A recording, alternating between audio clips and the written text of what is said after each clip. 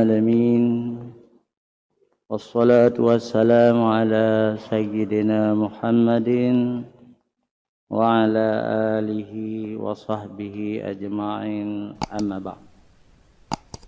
Puji syukur kita panjatkan kehadirat Allah pencipta semesta alam. Selawat dan salam kepada junjungan kita Nabi besar Muhammad sallallahu alaihi wasallam beserta keluarga dan sahabat beliau sekalian. Yang kami hormati guru-guru kami yang hadir di subuh yang mulia ini, hadirin wal hadirat yang dimuliakan Allah, juga tamu-tamu kami yang datang dari luar kota, serta mustami radio yang turut menyiarkan secara langsung ceramah di Masjid Raya Baitur Rahman. Yang pertama Radio Baitur Rahman, yang kedua ERI Banda Aceh, ERI Sabang, ERI Takengon, dan keempat Radio Serambi FM. Alhamdulillah sekarang juga sudah ada Masjid Raya TV ya. Bisa dinonton bukan di TV, digital, di HP ya. Ini sedang siaran langsung. Jadi alhamdulillahirabbil alamin. Pagi ini adalah 10 Muharram atau bahasa Arabnya Asyura ya. Asyura itu 10 ya. 10 Muharram. Kemarin Tasua 9 ya. Kita disunahkan puasa. Alhamdulillah saya kemarin berpuasa, hari ini juga berpuasa. Cuma kemarin saya dibantu oleh Allah ya. Saya pergi ke Al-Mahirah Pasar Ikan. Sampai di situ ketemu sahabat lama, Usamir, yuk kita minum kopi. Saya ikut terus. Saya minum kopi 1 gelas, kuih 3. Akhirnya teringat puasa. Akhirnya kita lanjutkan puasa. Kita lanjutkan karena tadi tidak batal puasa kita, lupa habis. Kemarin, mudah-mudahan hari ini tidak ada yang mengajak minum-minum ya. Baiklah hadirin wal hadirat yang dirahmati Allah. Di dalam agama kita Ahlussunnah wal Jamaah kita hari ini disunahkan berpuasa disunahkan berpuasa 10 Asyura. Dan bukan hari duka cita, tapi hari biasa, hari gembira. Dalam mana ada satu lagi mazhab yang tidak seirama dengan kita. Mereka menamakan dirinya mazhab Syiah.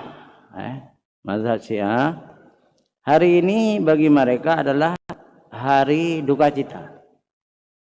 Dan orang-orang Syiah itu tidak mengakui adanya puasa hari ini.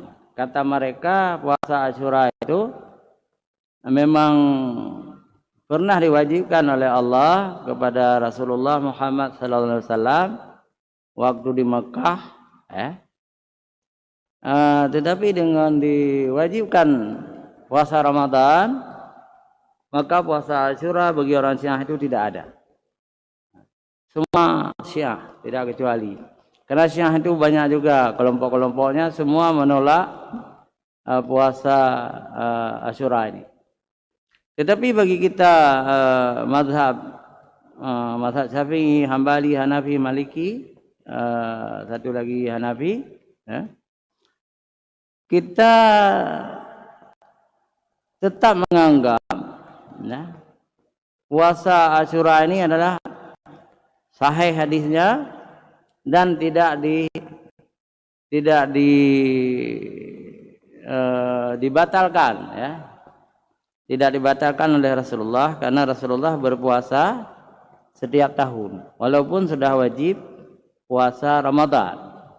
Puasa Ramadan diwajibkan tahun kedua Hijrah.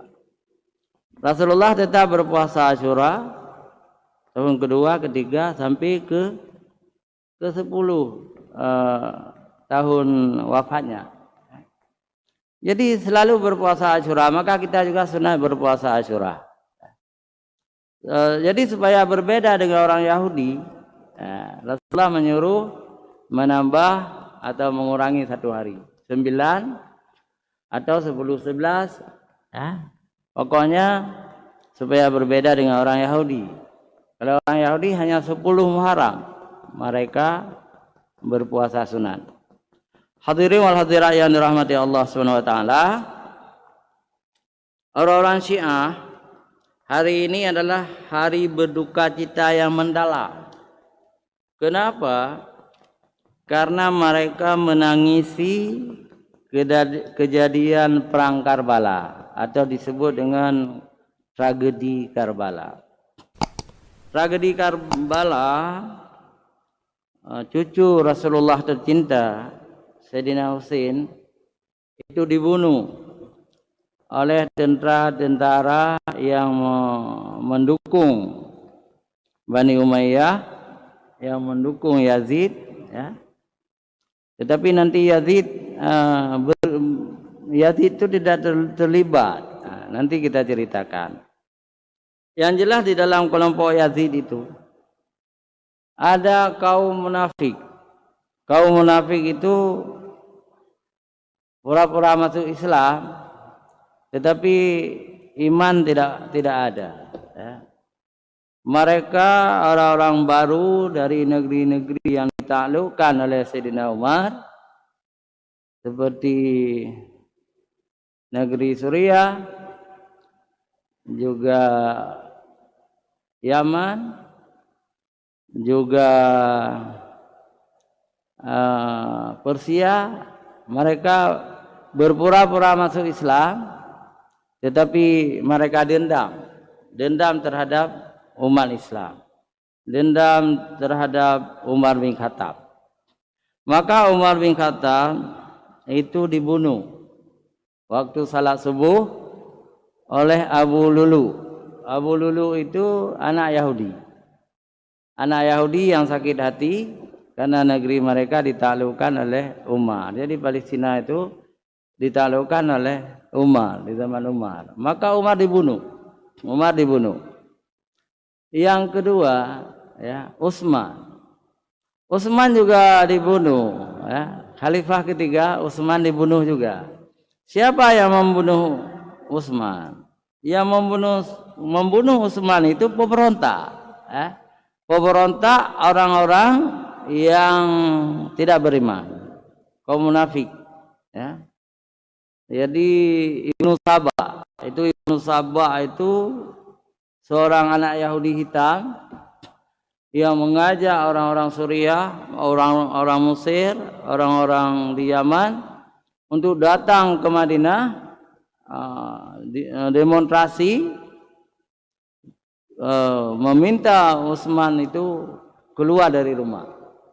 Jadi Utsman sebagai manusia tidak keluar dari rumahnya, tetapi pintu rumah Utsman yang terbuat dari kayu kuat dari Yaman, kayu itu dibakar.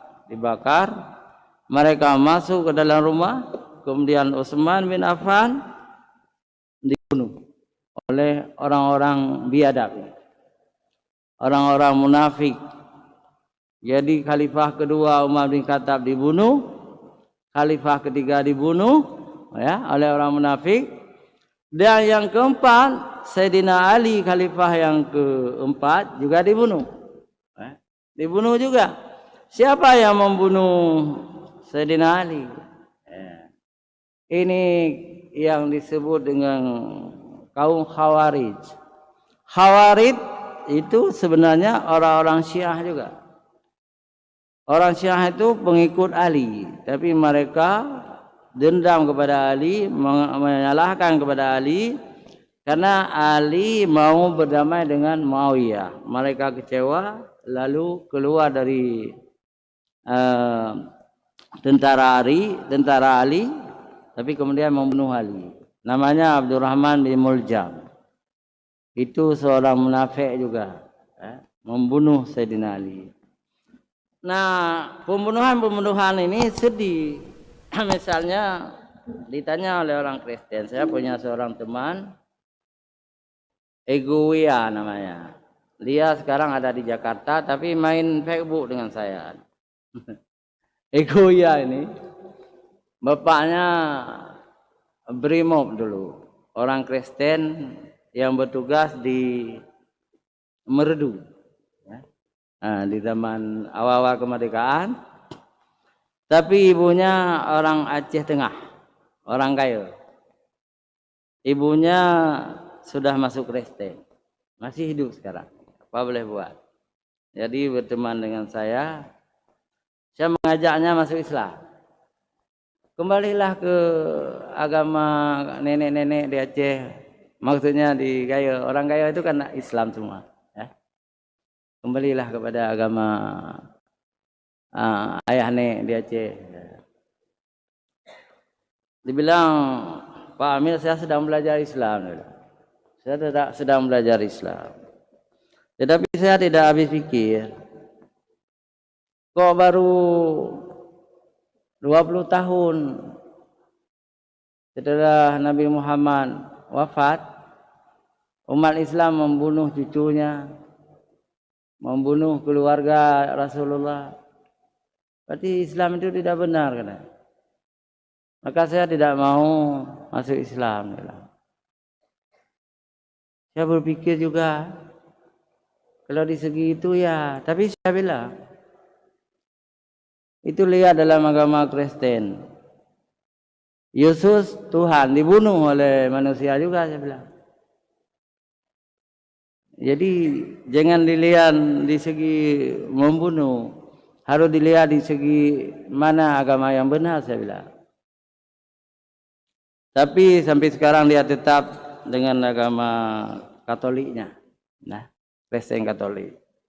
Cuma saya berteman di Facebook, Agus Wia namanya, orang Flores. Akhlaknya bagus, dia selalu mengucapkan selamat hari raya ke saya dan sebagainya. Baik hadirin wal hadirat yang dirahmati Allah Subhanahu wa taala. Bisa kita bayangkan, kasih sayang Rasulullah adalah cucu-cucunya. Rasulullah itu sangat mencintai cucu-cucunya. Sampai-sampai kalau Rasulullah salat, lari cucunya naik ke punggung Rasulullah. Rasulullah sangat lama sujud, tidak bangkit-bangkit. Jamaah itu bertanya-tanya, Subhana rabbiyal a'la sudah 20 kali. Kan? Rasulullah tidak bangkit-bangkit.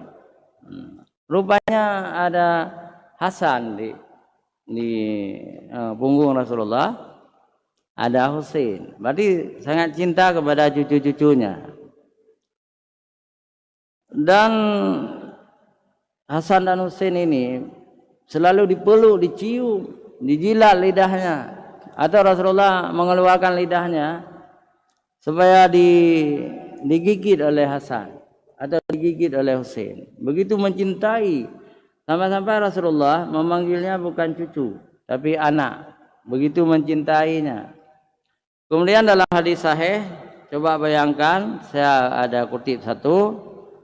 Rasulullah berdoa kepada cucunya Hasan dan Husain. Allahumma inni uhibbuhu ma ahibbahu wa ahibbu man yuhibbuhu. Ini luar biasa. Allahumma, wahai Allah, wahai Tuhanku, ini uhibbuhu, sesungguhnya aku mencintainya, maksudnya cucunya, ya. Aku mencintainya, mahibbahu, maka cintailah dia. Rasulullah meminta supaya Allah mencintai mereka. Wahibba man yuhibbuhu, dan cintailah orang-orang yang mencintainya. Hadis sahih riwayat Muslim. Jadi kita harus wajib mencintai cucu Rasulullah. Berapa orang cucu Rasulullah? Cucu Rasulullah semuanya 8 orang. Ya. Tapi orang Aceh itu rata-rata hanya mengenal 2, Hasan dan Husain. Ya. Padahal cucu Rasulullah itu 8 orang. Sekarang kita hitung. Ya. Jadi cucu Rasulullah dari Zainab itu anak perempuan Rasulullah. Zainab namanya, suaminya Abu As, ya, suaminya. Lahir 2 cucu Rasulullah. Yang pertama Umamah, yang kedua Utsman. Sudah 2. Kemudian anak Rasulullah yang bernama Ruqayyah, itu Ruqayyah, suaminya Utsman bin Affan. Lahir cucu Rasulullah yang diberi nama Ali. Ya. Sudah 3 cucu Rasulullah. Yang keempat cucu Rasulullah adalah Sayyidina Hasan. Itu ibunya Fatimah Ad-Zahra, Siti Fatimah, dan suaminya adalah Sayyidina Ali, Ali bin Abi Thalib. Jadi Sayyidina Hasan itu cucu Rasulullah yang keempat, dan cucu Rasulullah yang pertama dari Ali bin Abi Thalib, dari Fatimah. Cucu Rasulullah yang kelima adalah Sayyidina Husain. Nah, Sayyidina Husain bin Ali bin Abi Thalib. Cucu Rasulullah yang ke berapa? Ke-6 ya. Itu namanya Muhsin, anak Sayyidina Ali dan Siti Fatimah.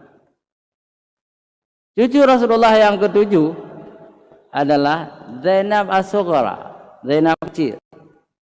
Itu ayahnya Ali, ibunya Fatimah. Cucu Rasulullah yang ke-8 adalah Ummi Kalsum As-Sughra,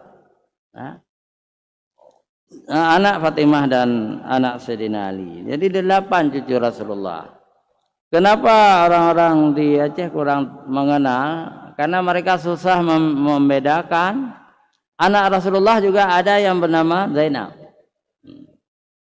Ada juga yang bernama Ummi Kalsum. Cuma Rasulullah membedakan.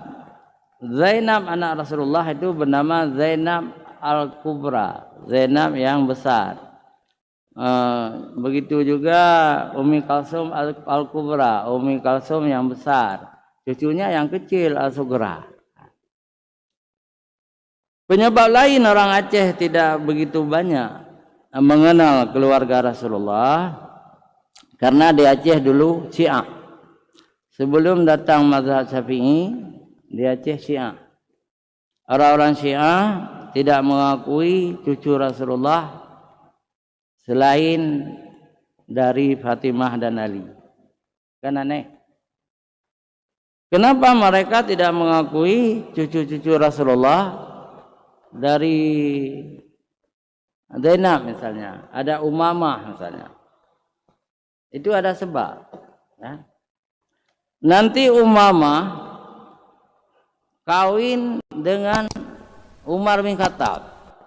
Umamah itu kawin dengan Umar bin Khattab.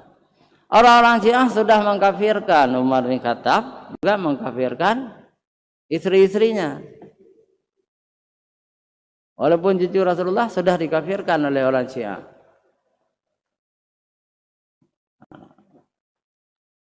Kemudian ada lagi adik-adik dari Hasan dan Husain tadi, misalnya itu Zainab As-Sughra. Zainab As-Sughra itu dewasa kawin, tetapi suaminya, itu kan, suami pertama memang dari Bani Hashim, jadi belum dikafirkan.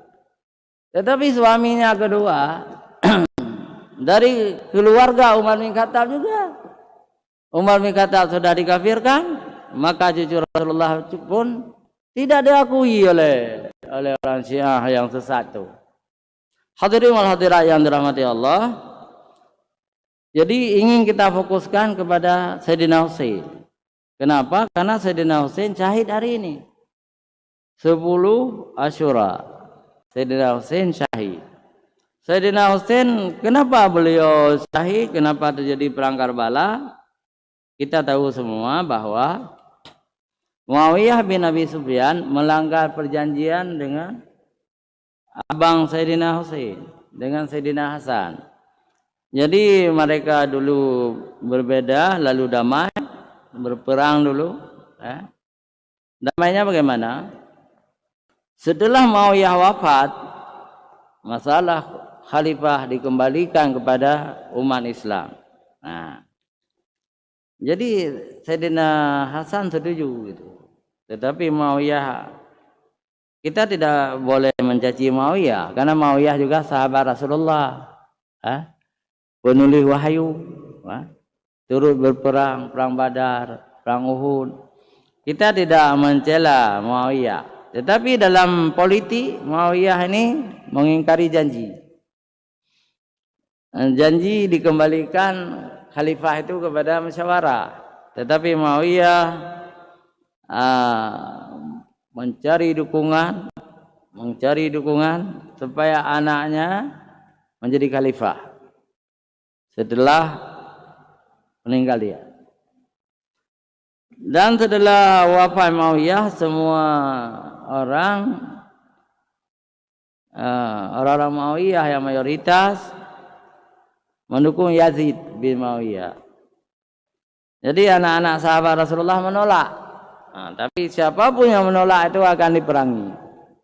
Jadi Sayyidina Husain menolak. Sayyidina Husain mengatakan, bagaimana janji dulu.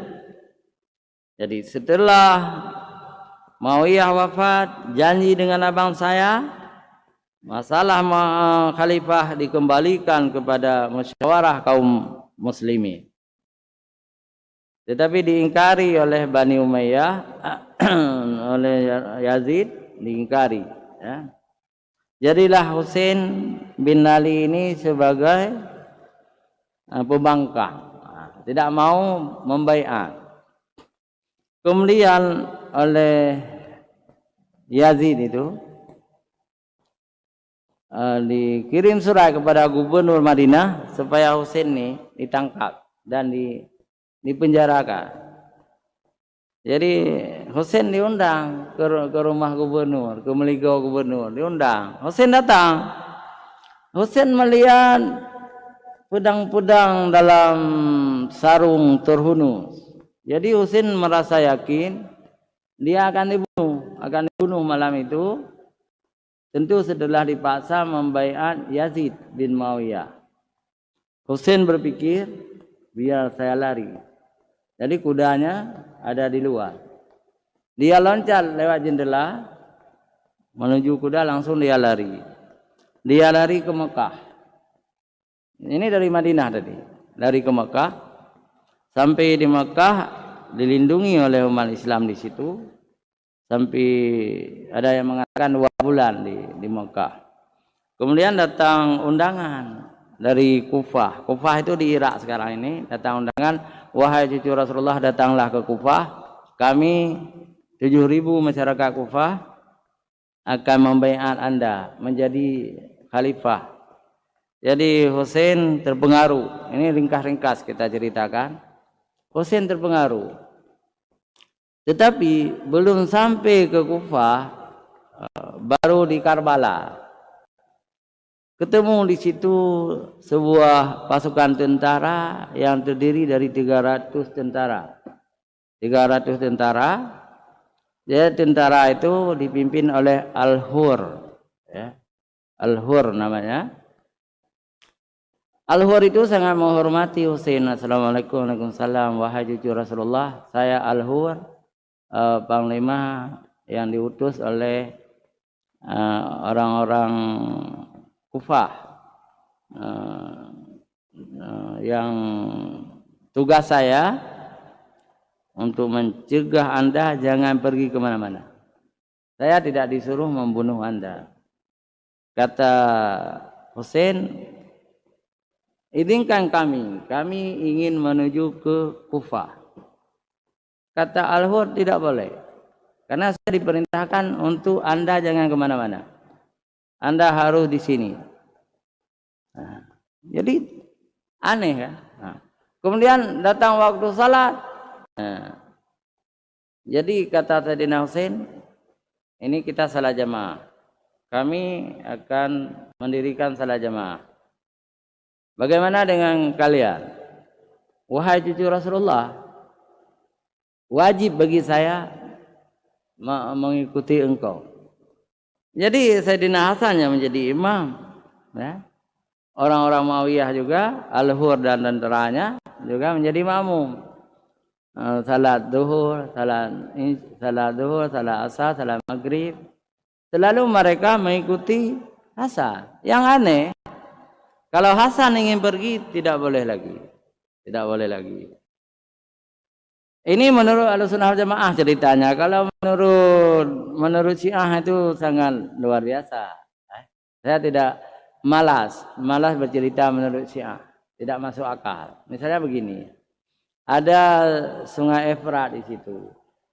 Jadi oleh Al-Hur itu dilarang Sayyidina Husain dan 70 pengikutnya untuk mandi, untuk minum, dilarang semuanya. Sampai tentara Sayyidina Husain itu kehausan luar biasa. Tapi babi-babi dan kuda Nil seenaknya minum di dalam Sungai Efrat. Sedangkan untuk cucu Rasulullah dilarang. Ini menurut Syiah. Tapi menurut Ahlussunnah wal Jamaah bagus Al-Hur ini, bagus. Dia berikan, silakan mandi, silakan minum, salat bersama lagi. Cuma dia perintah atasannya tidak boleh Sayyidina Husain kemana-mana. Hadirin wal hadirat yang dirahmati Allah. Kemudian oleh tentara Yazid dikirim lagi tentara tambahan, ya, yang dipimpin oleh Umar bin Sa'ad bin Abi Waqqas. Jadi Sa'ad bin Abi Waqqas sahabat Rasulullah yang dijamin masuk surga. Anehnya Umar berpihak kepada orang tadi demi jabatan. Apa yang dipertahankan oleh Umar? Umar waktu itu menjadi gubernur militer di wilayah yang paling subur, di kota Basrah dan Kufah. Jadi kalau Umar tidak mau memerangi Husain, dia akan dicopot dari jabatan. Jadi demi uang, demi dunia, demi jabatan, manusia banyak yang lupa.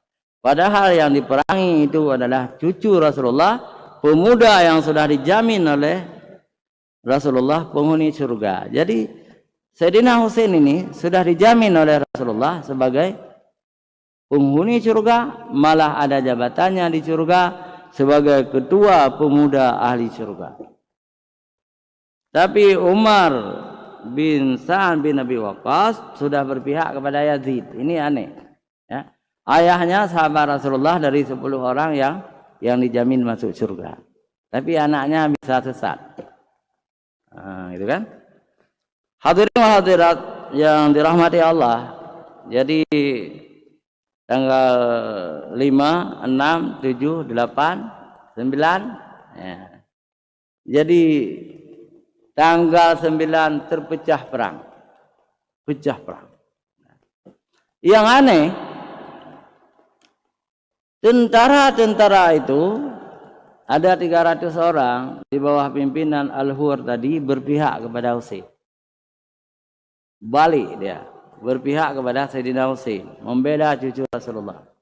Dan nanti orang-orang ini syahid semuanya. Syahid.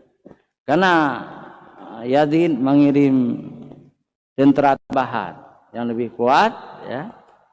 Syamil Dzil Jaushan, pimpinannya seorang yang tidak beragama sebenarnya. Dia itu zindi bahasa Arab, komunis dia. Komunis sebenarnya dia itu, orang jahat. Jadi Umar bin Sa'ad tidak berani membunuh cucu Rasulullah. Tidak berani, dia juga cinta kepada cucu Rasulullah. Akhirnya orang-orang Umar bin Sa'ad itu hanya menahan diri di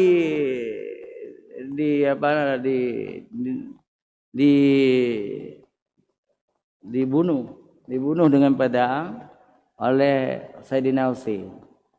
Kadang-kadang lari ke situ berkata, wahai Husain, bunuhlah aku. Aku lebih cinta engkau bunuh daripada aku harus membunuhmu. Ini sangat aneh ini. Makanya Sayyidina Husain di dalam sejarah ini membunuh 70 orang sendiri. 70 orang. Karena mereka tidak mau membunuh Husain, cintanya kepada cucu Rasulullah. Tapi hari ke-10 datanglah angkatan tambahan yang dipimpin oleh Dzul Jawshan, Syamir Dzul Jawshan ini seorang tidak bertuhan, dan tentara-tentaranya juga orang-orang munafik. Mereka langsung menyerbu Sayyidina Husain dan membunuh Sayyidina Husain. Dia potong leher. Jadi dipisahkan Sayyidina Husain radhiyallahu anhu, tubuhnya dipisahkan dengan kepalanya. Nauzubillah dzalik. Cucu Rasulullah dibunuh oleh orang Islam yang laknatillah, tidak beriman. Setelah dibunuh, dibiarkan tubuh Sayyidina Husain di Karbala. Maka kuburannya sekarang di Karbala. Karbala itu di Irak. Di Irak. Kepala Sayyidina Husain. Jadi kita terharu kalau cerita ini, ya. Sedih kita. Nah, jadi kepala Sayyidina Husain dijinjing dibawa ke Damaskus. Antara Irak dengan Damaskus itu beratus kilometer. Dibawa. Jadi semua anak-anak Sayyidina Husain, Sayyidina Hasan itu syahid. Dibunuh semuanya, dibantai semuanya. Alhamdulillah, takdir Allah, ya. Anak Sayyidina Hasan itu tinggal satu orang, namanya Idris. Ya.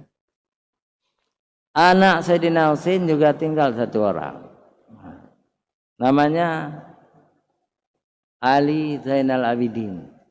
Ya, tinggal. Ya. Jadi Ali Zainal Abidin ini ibunya Shah Jinan. Shah Jinan ini anak Raja Persia, anak Yazdajirat, raja terakhir Persia. Karena dalam perang mereka kalah, jadi perempuan-perempuan itu jadi hamba sahaya, dibawa ke Madinah. Tetapi Sayyidina Ali memberi masukan kepada Sayyidina Umar, wahai Umar bin Khattab, itu anak raja, putri-putri bangsawan, anak raja, jangan dihina begitu. Jual mereka kepada sahabat-sahabat. Saya beli satu orang, kata Sayyidina Ali. Diambillah Shah Jinan untuk Sayyidina Ali dibeli, ya. Jadi harganya itu untuk Baitul Mal nanti, ya. Jadi Sayyidina Ali mengawinkan Sayyidina Husain dengan Shah Jinan itu. Lahirlah Ali Zainal Abidin ini. Makanya sekarang orang-orang Persia itu, orang Iran, menjadi pengikut. Mereka menamakan dirinya Syiah, pengikut Sayyidina Husain. Imam suci mereka yang pertama Ali bin Abi Thalib, yang kedua Sayyidina Hasan, dan yang ketiga Sayyidina Husain. Yang keempat Ali Zainal Abidin tadi, karena ibunya bangsa mereka. Jadi walaupun Syiah itu sudah sesat sekarang, tidak benar lagi, tetapi asal usulnya mereka semua mendukung Ali bin Abi Thalib karena berterima kasih kepada Sayyidina Ali mengambil putri mereka menjadi suami daripada menjadi istri daripada Sayyidina Husain. Itu ceritanya. Nah, kita kembali kepada cerita sedih Sayyidina Husain tadi. Jadi dua versi saya ceritakan. Yang pertama versi Ahlussunnah wal Jamaah dulu, ya. Sampai di istana Yazid bin Muawiyah di Damaskus, Yazid bin Muawiyah menangis. Ini menurut Ahlussunnah wal Jamaah. Yazid bin Muawiyah menangis, saya tidak pernah instruksi bahwa membunuh cucu kesayangan Rasulullah ini. Terkutuklah kalian yang membunuh cucu Rasulullah. Ini teriak Raja Yazid. Ini versi Ahlussunnah wal Jamaah. Kemudian Raja Yazid memuliakan mereka yang ditawan, adik Sayyidina Husain, Zainab, Ali Zainal Abidin dan Idris lain-lain, semuanya dimuliakan, diberi tempat tidur yang baik, diberi pakaian yang baru, diberi makanan yang baik. Kemudian ditanya, wahai ahlul bait Rasulullah, kalian mau kemana? Gitu kan? Mau pulang ke Madinah atau ke negeri yang lain? Ini terjadi masalah lagi dalam sejarah. Menurut satu versi, Zainab bin Ali, adik Sayyidina Husain yang memimpin rombongan itu, meminta supaya mereka itu dibawa pulang ke Madinah. Jadi bersama kepala Sayyidina Husain dibawa pulang ke Madinah. Dan kemudian kepala Sayyidina Husain itu dikebumikan di Baqiya. Jadi dekat ibunya Fatimah Ad-Zahra di Baqiya di Madinah. Dikebumikan di situ. Ini dan selama hidup keturunan Rasulullah itu digaji oleh Yazid. Digaji, orang mulia itu harus digaji. Cucu Rasulullah tidak perlu kerja, tiap bulan dapat uang tunjangan hidup.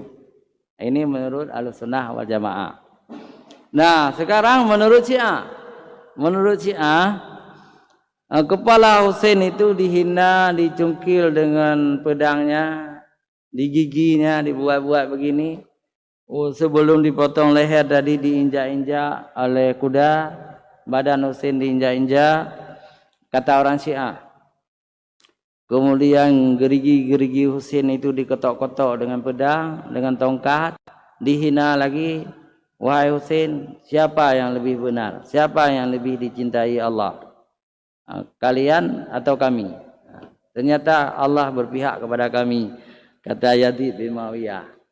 Dan yang paling ekstrim lagi ditulis di dalam kitab-kitab Syiah, Muawiyah, Yazid bin Muawiyah menyuruh anak-anak muda menyepak, menendang seperti bola. Jadi semua ini dibantah oleh Ahlussunnah wal Jamaah, tidak benar seperti itu. Ya. Wallahu a'lam.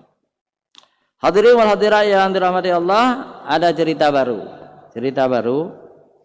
Jadi ketika saya naik haji, saya pergi ke makam Husain, ya, kepalanya di Baqiya, dekat ibunya, Siti Fatimah Ad-Zahra, juga Hasan di situ.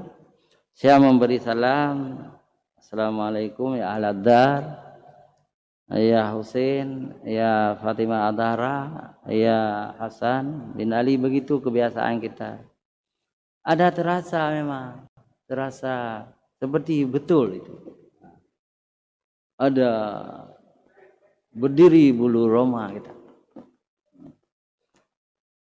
Tapi tahun 2008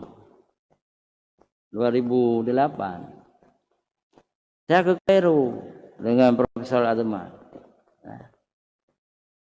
Saya berkunjung juga ke makam Sayyidina Husain yang ada di Kairo, berziarah dalam Masjid Husain. Jadi saya ragu dengan makam kedua ini. Saya pelajari kenapa ada makam Sayyidina Husain di Kairo. Menurut cerita, orang-orang Syiah itu mencuri kepala Sayyidina Husain waktu digali masih utuh. Masih utuh, masih berdarah. Ya. Sudah ratusan tahun tidak buru. Mereka curi diam-diam membawa ke Kairo. Waktu itu Kairo itu di bawah kekuasaan orang-orang Syiah Fatimiyah. Maka sekarang makam Sayyidina Husain ada 3. Ya. Di Karbala itu tubuhnya, di Madinah di Baqi itu kepalanya, satu lagi di Kairo di dekat Universitas Al-Azhar lama, nah, di kota, karena Universitas Al-Azhar baru jauh dengan kota Kairo, di luar kota.